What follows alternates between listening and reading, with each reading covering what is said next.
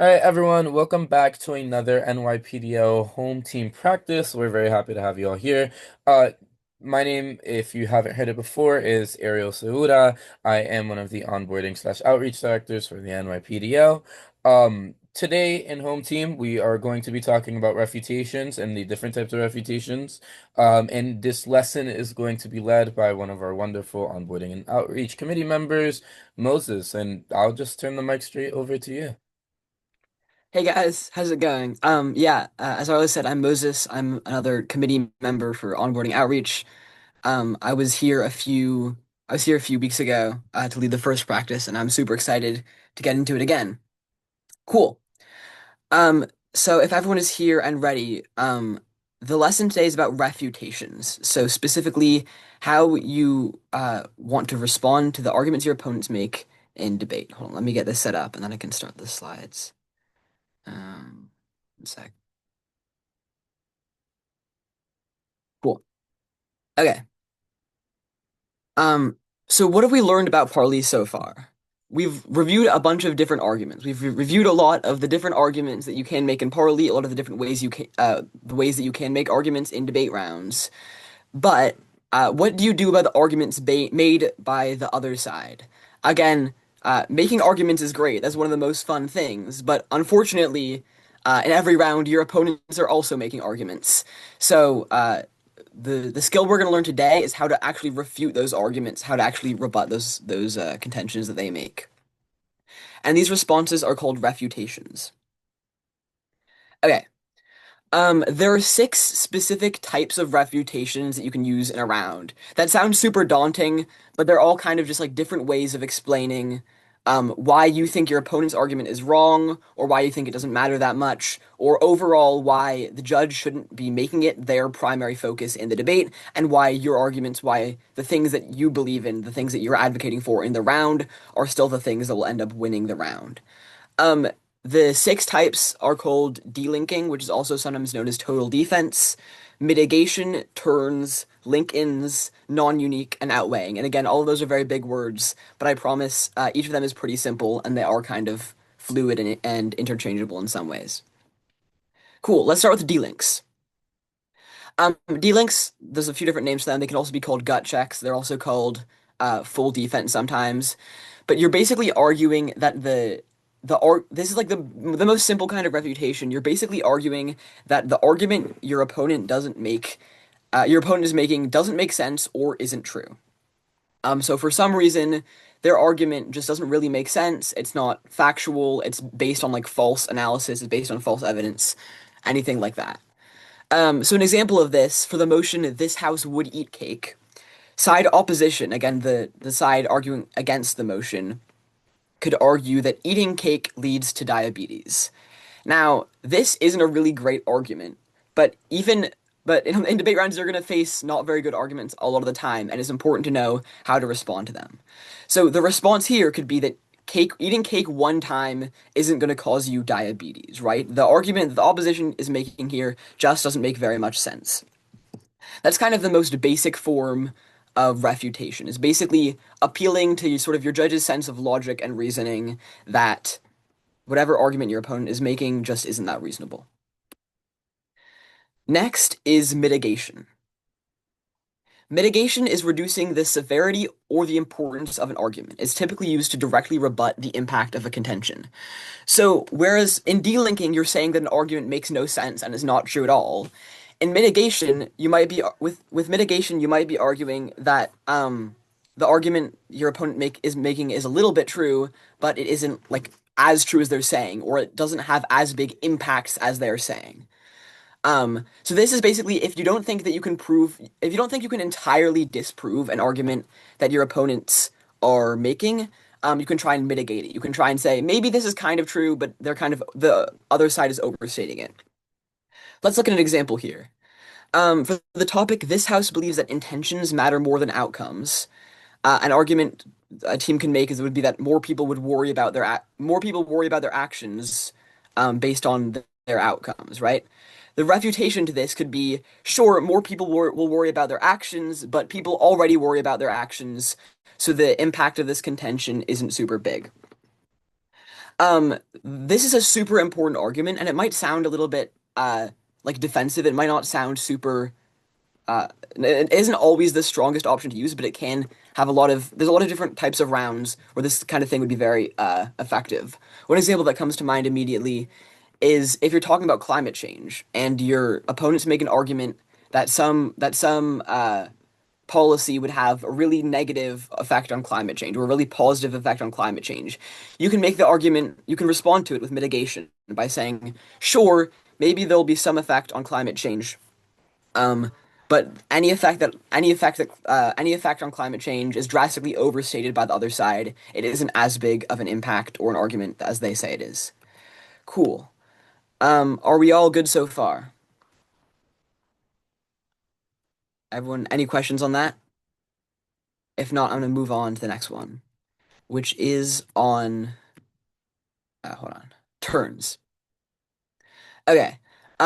There are basically two different kinds of turns, but a turn is exactly what it sounds like. You're turning an argument that your opponents made. You're taking an argument that your opponents made and you're turning it into an argument for you. You're turning it into an argument that's actually good for your side of the topic. So the two different kinds are link turns and impact turns. And again, in both of them, you're explaining that your opponent's argument actually works for you. But the difference is which exact part of their argument you are attacking with this. So, for a link turn, is kind of confusing, but you argue that the opposite of the impact that the other team is saying will happen. So, for example, if the other team makes this argument that in their world, if you pass their policy, there will be overall less cancer. A link turn would be saying that uh, actually there will be more cancer. Actually, the exact opposite of the intended impact that they suggest will happen. And there are a few different ways you can do this, but generally, you can just if they provide some reasoning for why some impact will happen, if you can defeat that reasoning and then provide your own reasoning as to why the inverse of that impact will happen, then you can do a link turn. The other one is slightly less common in debate, but it's still a very useful tool, and those are impact turns, which is that you argue that an impact is of the opposite connotation. So you agree on a surface level with the impact that your opponents are suggesting will occur, but you don't actually think if they're saying it's bad, you think it's good, and if they're saying it's good, you think it's bad, right? You're reversing the connotation of the impact. So the example here, whereas with a link turn, you would be turning less cancer into more cancer. With an impact turn, you are turning an argument that says there will be less cancer and saying, sure, maybe with that whatever world my opponents advocate for, there will be less cancer, but maybe for whatever reason, more cancer is good. Again, this is kind of a silly example. You probably wouldn't say anything like this in real rounds, but in real rounds, there are a lot of different times where your opponents will make some impact and you think, well, actually, maybe there's some reason why that's actually a good thing, and we can use this argument for us. So overall, again, a turn is just your way of taking your opponent's argument and turning it into an argument that helps you. Cool. If there aren't any questions on that, I'm gonna move on to Lincoln's. So, hold on a sec. Here, you argue that your side has an opposing side's impact through one of your own links. Again, links are just like the kind of fancy word we use to mean reasons in debate. So you have your claim, you have what you think will happen, and then you have your link, your reasoning. Why will that thing happen? And then the impact, which is why does that matter, right?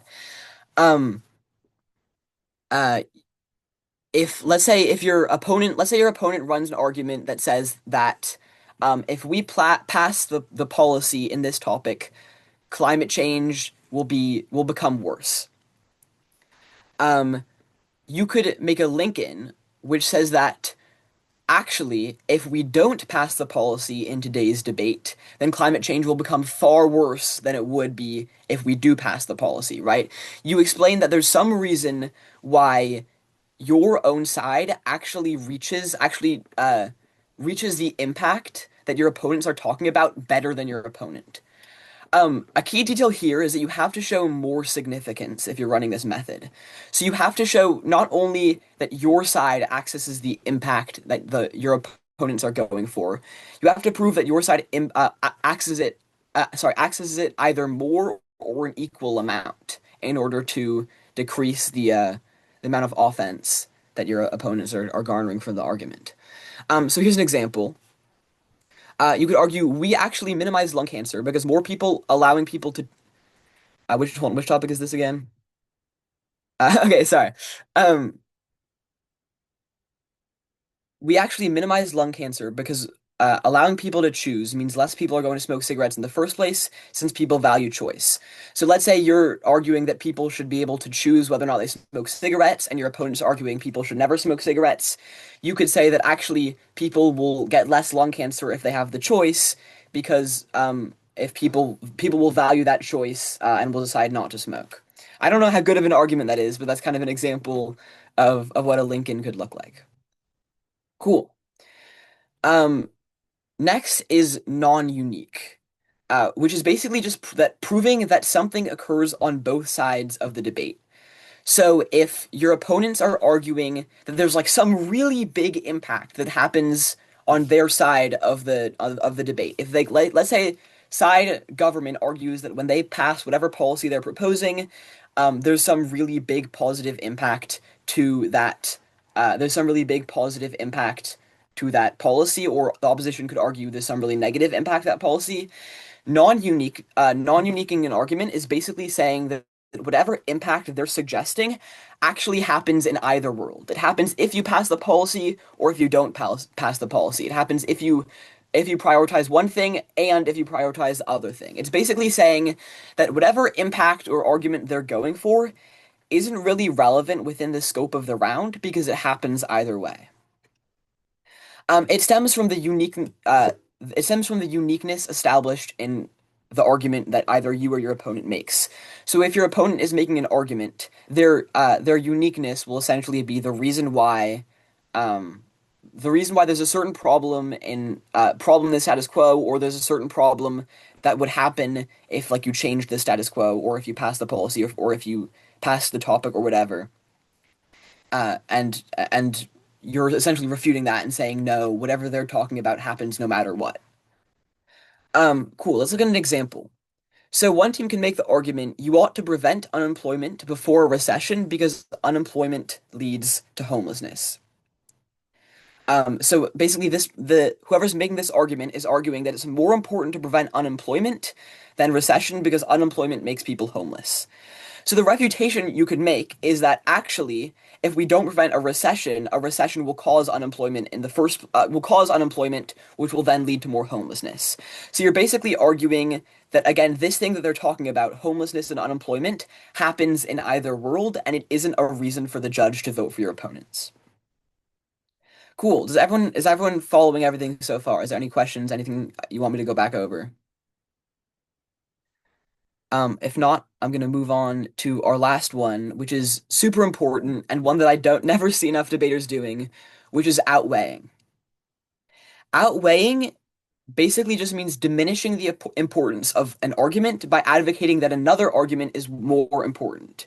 So you're looking at two arguments, one that your opponents made and one that you made, and explaining why the argument that you made carries more weight in the round. Why the argument that you made is more important, has more significance, has a greater impact on the people that you're talking about, any of these different things.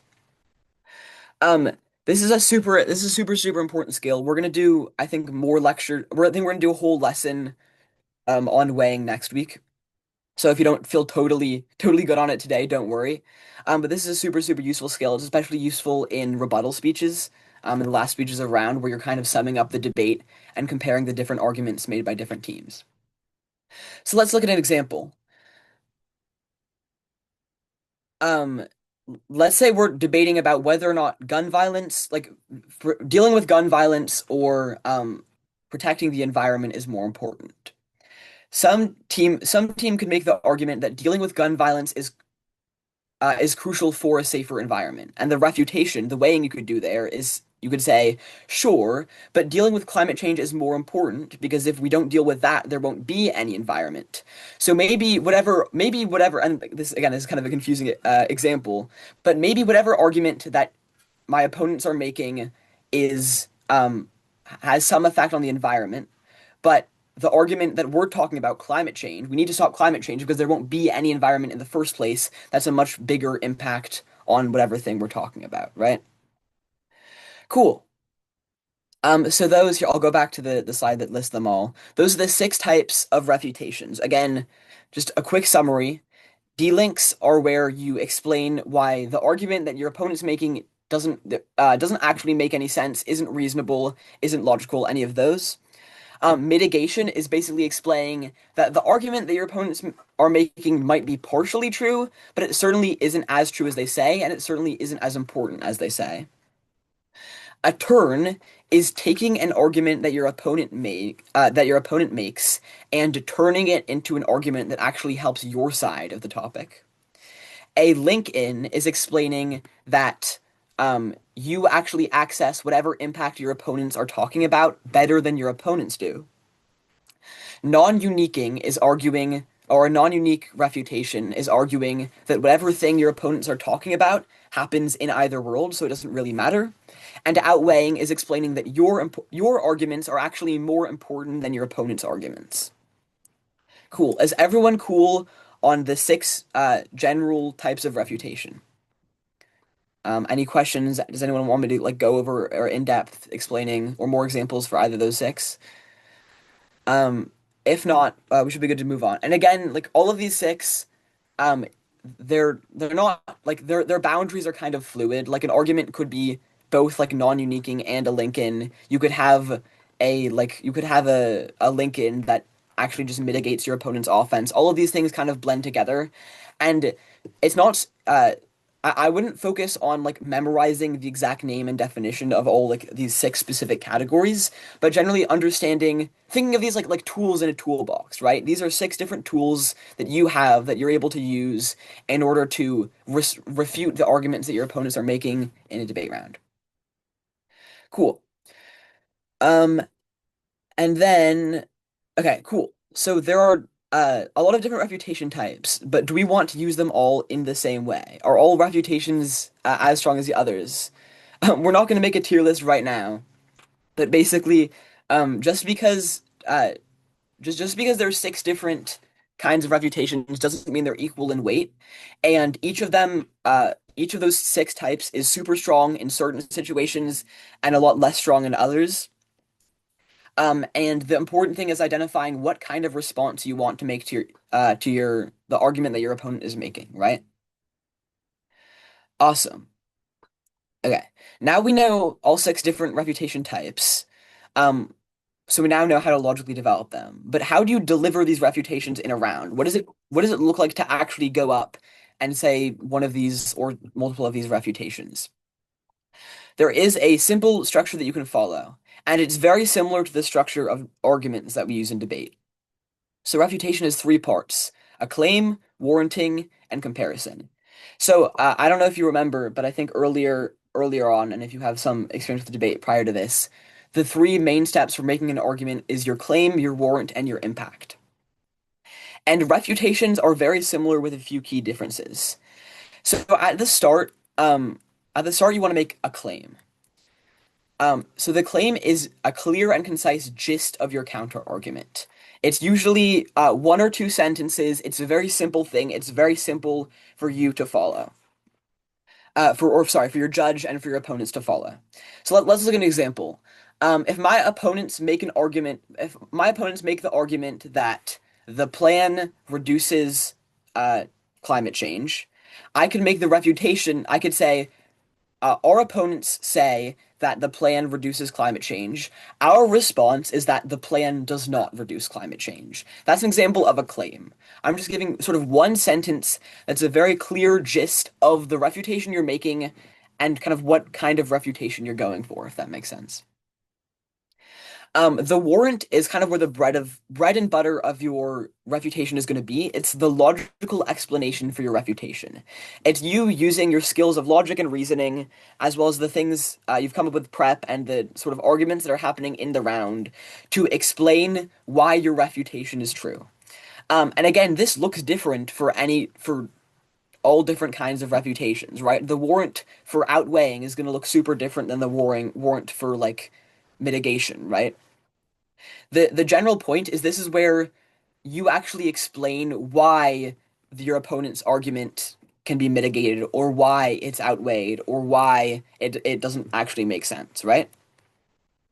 And then the comparison generally demonstrates why you defeated your opponent's argument. So this is done by comparing your refutation and your opponent's argument. You take the argument your opponent made, you take your refutation, and you kind of potentially briefly summarize why your refutation beats your opponent's argument, why it has been disproven, and why it no longer really matters in the round, right?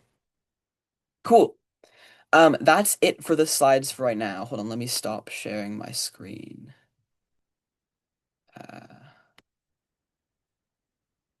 now. And then, okay.